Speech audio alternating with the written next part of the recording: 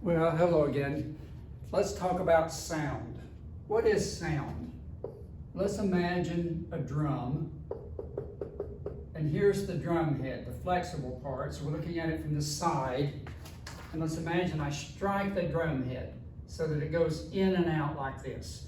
So when it goes out like that, it pushes on the air around it and makes all those air molecules vibrate back and forth. So they're vibrating back and forth here, and that causes an increase in pressure there. But then they push on the molecules beside them, causing an increase in pressure there, which push on the molecules beside them, which causes an increase in pressure there. But after the increase in pressure here, the drum head, after it vibrates that way, it pulls back the other way and causes a decrease in pressure, and then an increase in pressure. And this causes these increases and decreases in pressure to propagate outward. So these dots I'm drawing represent increases in the pressure of the molecules, and the regions between the dots are decreases in pressure of the molecules. And this is moving outward in this direction at some velocity, the velocity of sound. So this is actually a wave of sound, or a wave of pressure. So I could denote it, I could draw it like a wave. It's actually a longitudinal wave. It's hard to draw a longitudinal wave, as we see. So if I draw a peak where the pressure goes up and a trough where it goes down, I could draw the wave rather like this, just to represent it. Now that's a transverse wave, but this is really a longitudinal wave, but this is just so I can draw it. So what is sound? It is a longitudinal wave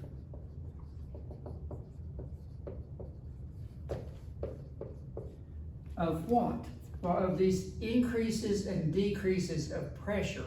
The increased pressure areas are called compressions, and the decreased pressure areas are called rarefactions. A longitudinal wave of compressions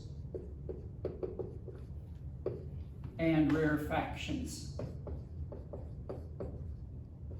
And those are just words talking about increased pressure and decreased pressure.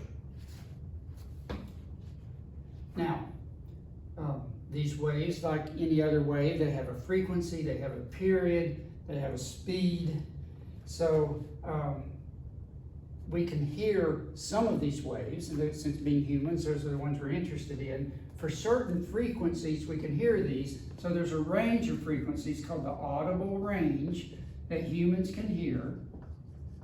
And we call that 20 hertz to 20,000 hertz or 20 kilohertz. Now, most people can't actually hear 20 kilohertz. That's just a nice mathematical cutoff. I can't hear anywhere near that. Probably mine is up to like 12,000 hertz. But anyway, that's what we call the audible range. Now, there are waves of higher frequencies and waves of lower frequencies. So if a wave has a frequency higher than 20 kilohertz, we call it ultrasonic, or ultrasound, or ultrasonic has frequency greater than 20 kilohertz. So that's a sound wave with frequency greater than 20 kilohertz. Infrasound, or infrasonic, is a sound wave with frequency less than 20 hertz. So those waves exist, it's just humans can't hear them.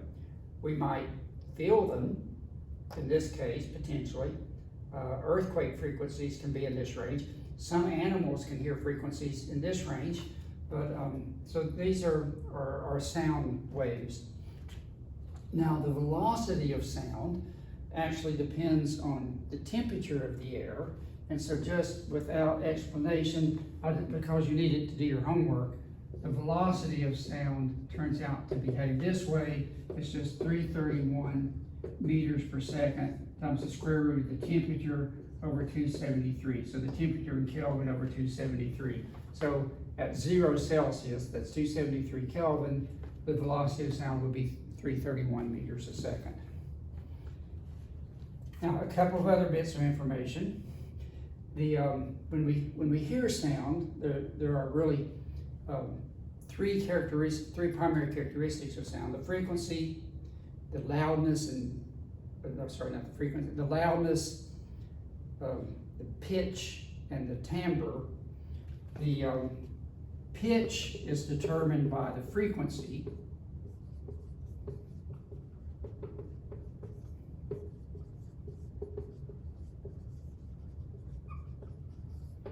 So low frequencies are low pitch. The low A on a piano, for example, is typically tuned to 110 hertz.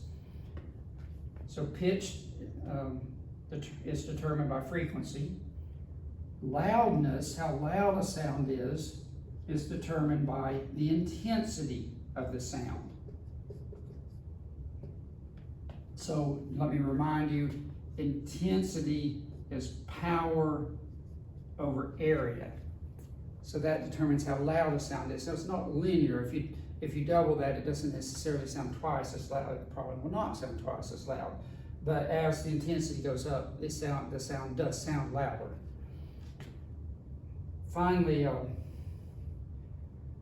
timbre, the quality of a sound is much more complicated.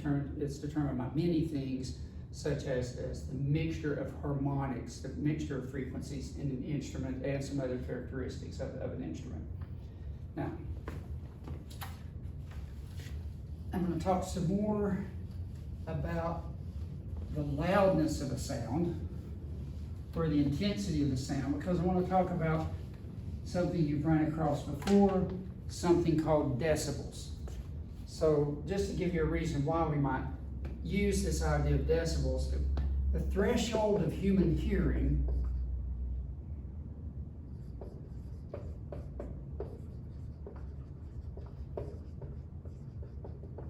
is very small. We have very sensitive ears. It's about 10 to the minus 12 watts per square meter. Very, very small intensity. Whereas conversation, just a ballpark figure, is around 10 to the minus 6 watts per square meter. Just to give you, again, that's kind of quiet conversation. Notice that's 1,000,000 times this number. Whereas a very loud sound, like listening to a subway go by, might be 10 to the minus 3 watts per square meter. So this is now 1,000 times that. So we've gone from a factor of 1,000,000,000 in intensity, going from the threshold of human hearing to a subway. That's many orders, it's 9 orders of magnitude, and we can hear sounds beyond that, so pretty soon it becomes painful. So we've got these many orders of magnitude, and because of that, we use another system of characterizing how intense a sound is or how loud it is. We use something called the intensity level, or the sound intensity level. Sometimes it's given the symbol beta, sometimes it's SIL for sound intensity level. This is given by 10 times the common logarithm of the intensity over the threshold of human hearing. So this I0 is this 10 to the minus 12 watts per square meter. And please be aware, this is the common logarithm. This is the base 10 logarithm, not the LN, not the base E, but the base 10 logarithm. And if you do this, this comes out in dB, this unit decibel that you've surely run into at some point. So just for example, if you have an intensity of 5 times 10 to the minus 7 watts per square meter, so maybe a quiet, very quiet conversation, then this would correspond to an intensity level of 10 log 5 times 10 to the minus 7 watts per square meter over 10 to the minus 12 watts per square meter. Notice the watts per square meter cancel in here, which they need to do to be able to take the logarithm. And that gives me 57 decibels. That's a 57 decibel sound. So let me do a couple more examples. It's probably been a while since you've done logarithms, so be sure you practice it. Make sure you can just key it in your calculator.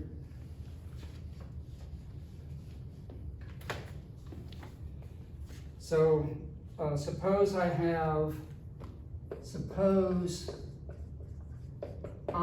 intensity, increases from 10 to the minus 8 watts per square meter to 10 to the minus 6 watts per square meter. That's a factor of 100, so it's times 100. What is the increase in decibel level? So I'm going to find the two decibel levels and just see what the difference is.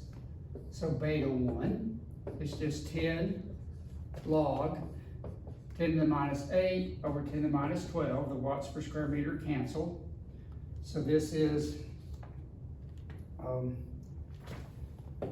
10 log 10 to the minus 8 over 10 to the minus 12 is 10 to the 4. 10 log 10 to the 4 is 4. So this is 40 dB.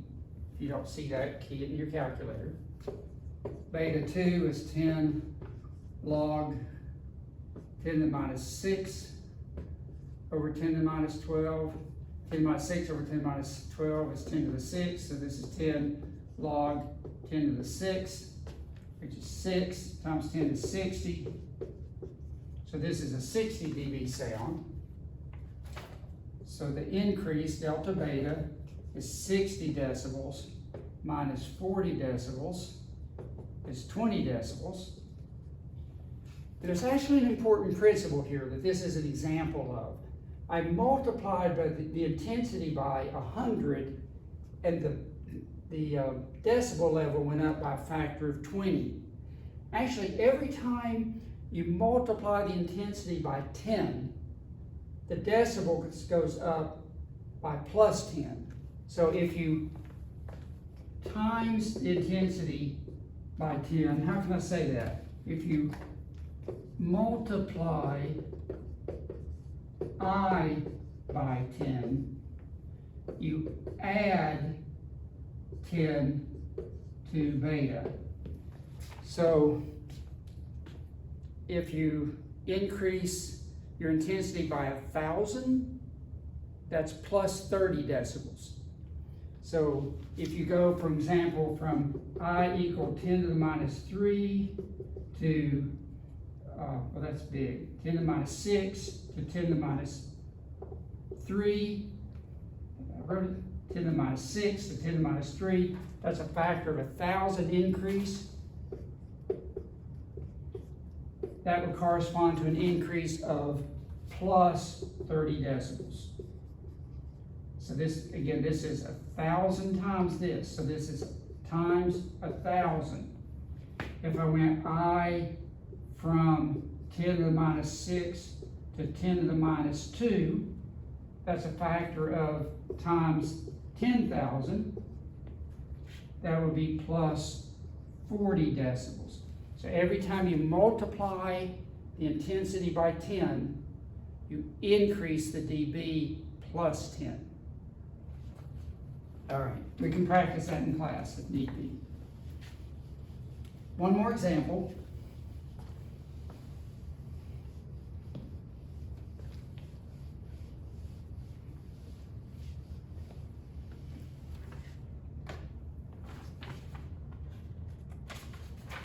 Let's see, here I've got suppose some machine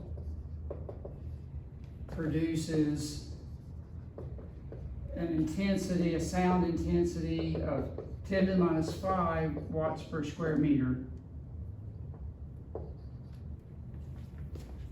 Two questions. What is beta? And B, what is beta for two machines? Okay, beta is 10 log I over I naught. That's 10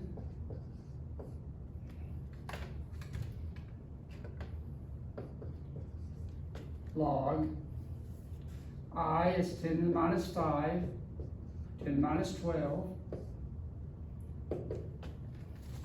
And that just gives me 70 dB.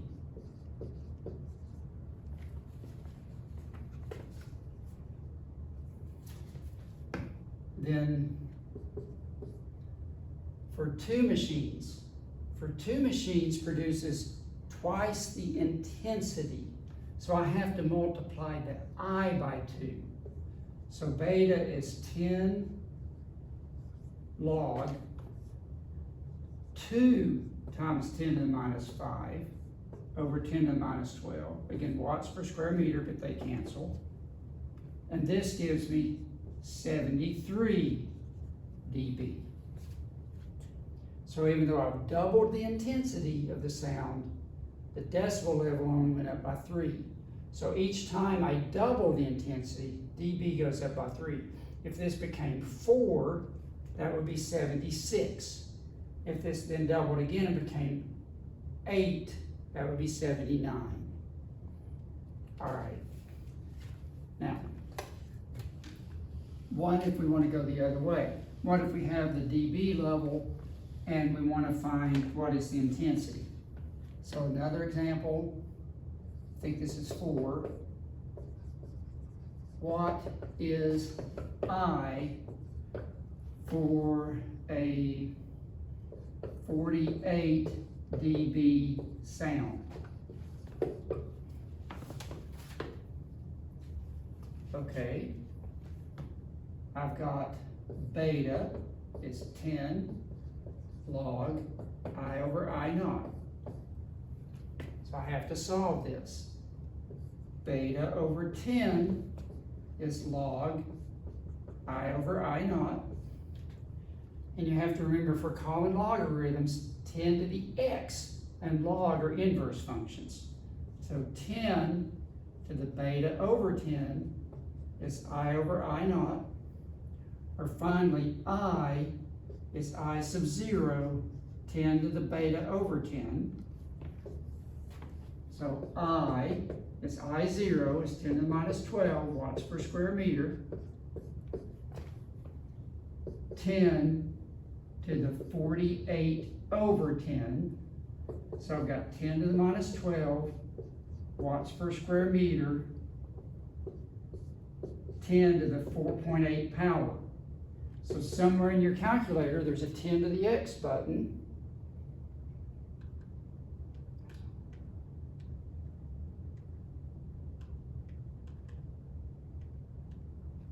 And this gives me 6.31 times 10 to the minus 8 watts per square meter. That's the intensity of a wave that would produce a 48 decibel sound. So I have to be able to start with the logarithm and work backwards to get the 10 to the x, or I have to memorize that. Hopefully you remember your rules of logarithms and can solve that. All right, that's all for today. I'll see you soon.